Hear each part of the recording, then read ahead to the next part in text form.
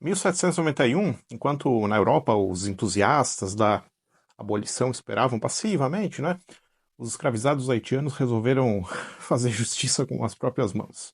Liderados primeiro pelo sacerdote Voodoo e depois pelo Toussaint Louverture, o meio milhão de escravizados que vivia na mais próspera das colônias francesas por causa do açúcar, né, forçaram a França a aceitar. 3 anos depois, em 1794, o fato concreto da abolição da escravatura na então colônia caribenha do Haiti, num processo revolucionário que anunciava o início do fim da escravatura em todas as colônias francesas, que depois o Napoleão vai retomar, não é? Depois disso, entre 1794 e 1800, esses ex-escravizados ainda tiveram que lutar contra as forças britânicas, né? Nas quais muitos ex-proprietários de terra haitianos depositavam a sua esperança da retomada da escravatura. Não foi o que aconteceu. Em 1804, sob a liderança de Jean-Jacques Dessalines, que ironicamente compartilha o nome com um dos grandes filósofos, né, o santo padroeiro do iluminismo, Jean-Jacques Rousseau, o Haiti se tornava, depois dos Estados Unidos, o segundo país independente de todas as Américas. Hoje nós vamos falar sobre o Haiti, a partir da obra de um de seus maiores escritores, Denis Laferrière. Mas isso, é claro, após a vinheta. Olá, sou Diego e hoje, seguindo então aí com a nossa série, né, sobre os fantasmas latino-americanos e caribenhos, nós vamos falar um pouco sobre a literatura de Denis Laferrière. Na verdade, especificamente sobre um livro, O País Sem Chapéu. Antes disso, eu peço que deixem aí seu like, se inscrevam no canal e compartilhem o conteúdo caso já estejam me acompanhando. Sim, você não ouviu errado. Hoje a gente vai falar sobre a literatura haitiana. Porque não, o Haiti, apesar de tudo, né, de toda essa criminosa representação que é feita sobre ele nas mídias hegemônicas, né, além de, enfim, todos os crimes que foram cometidos não só pela França, né, mas por outros países naquele território ao longo de 2 séculos, não é só fome e crianças comendo bolacha de barro. Os escritores haitianos hoje estão entre os melhores do continente, né, e dos mais importantes. E eu escolhi trazer para vocês aqui, né, a fim de descolonizar um pouco o nosso pensamento, 2 deles, né? Então, um é o Denis Laferrière e o outro é o Jacques Roman, que escreveu Senhores do Orvalho, que vai ser o tema aí de um outro vídeo no futuro. Denis Laferrière nasceu em 1953 em Porto Príncipe, né, que é a capital do Haiti. Ele foi forçado a sair do país durante a ditadura do Baby Doc, né, o Jean-Claude Duvalier, que durou de 1971 a 1986.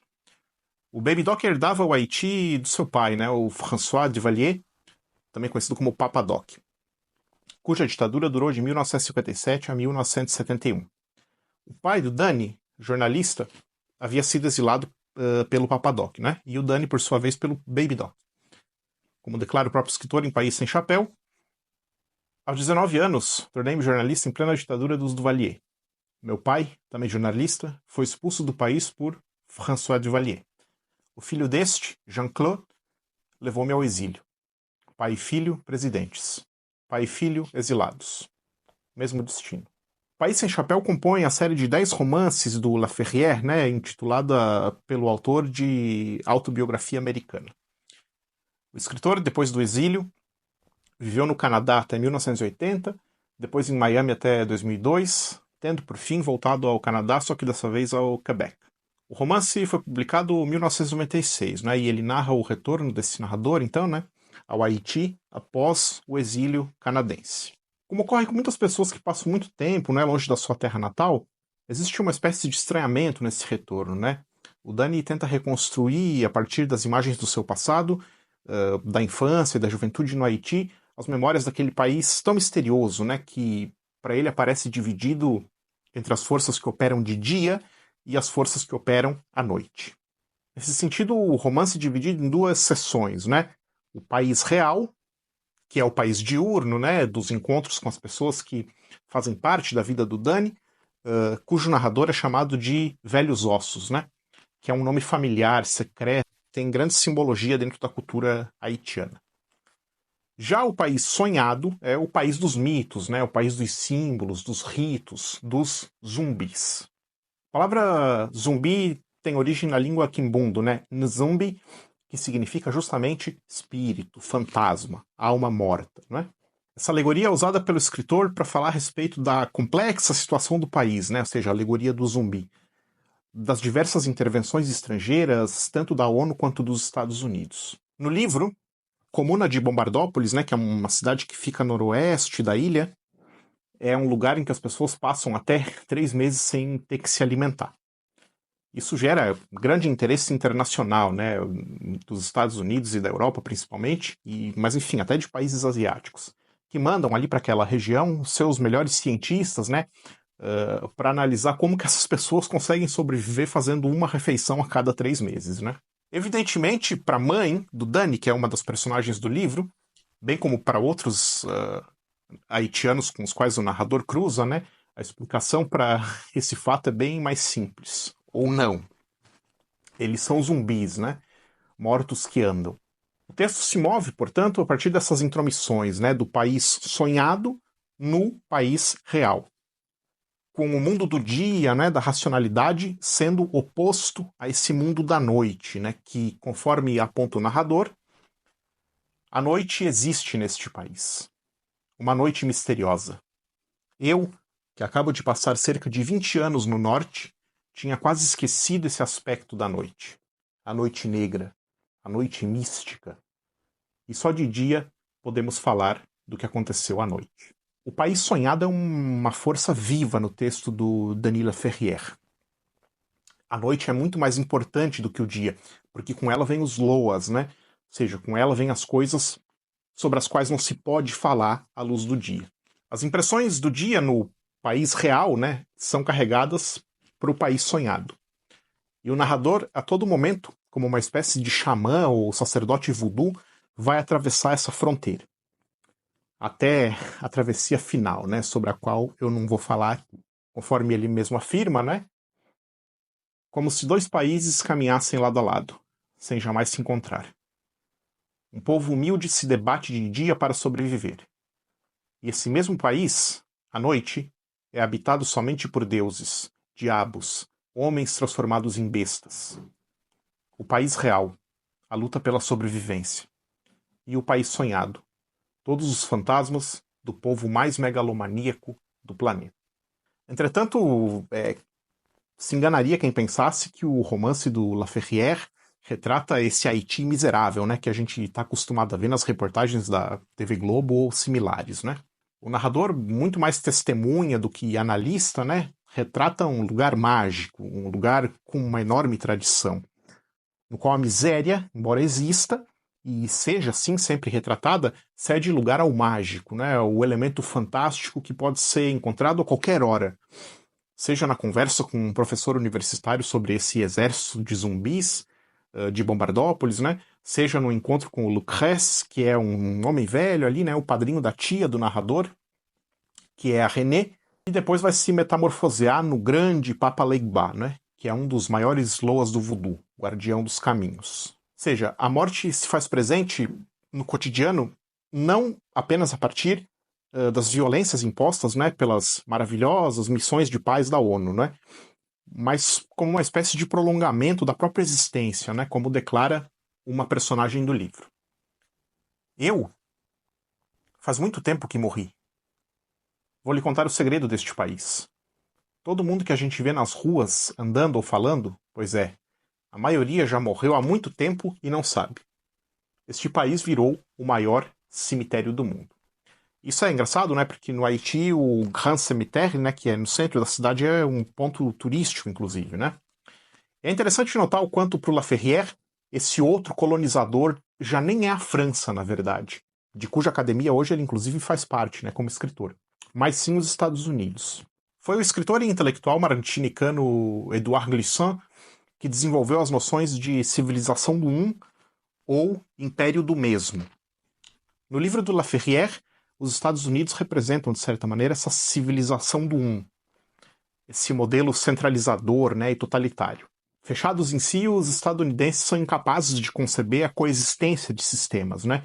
Eles são incapazes de aceitar o outro. Sobretudo são ignorantes em geografia e geopolítica, né? Me lembra aquela fala do ex-presidente George W. Bush, numa conferência, quando estavam esperando chegar um tradutor, e ele pergunta para a pessoa que estava ao lado, mas todo mundo fala inglês, né? Ou seja, eles são incapazes de aceitar e de reconhecer o outro, né?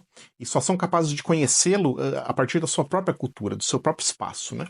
Conforme afirma o Glissant, na introdução a Uma Poética da Diversidade, no encontro das culturas do mundo, é preciso termos a força do imaginário de conceber todas as culturas como exercendo ao mesmo tempo uma ação de unidade e de diversidade libertadora.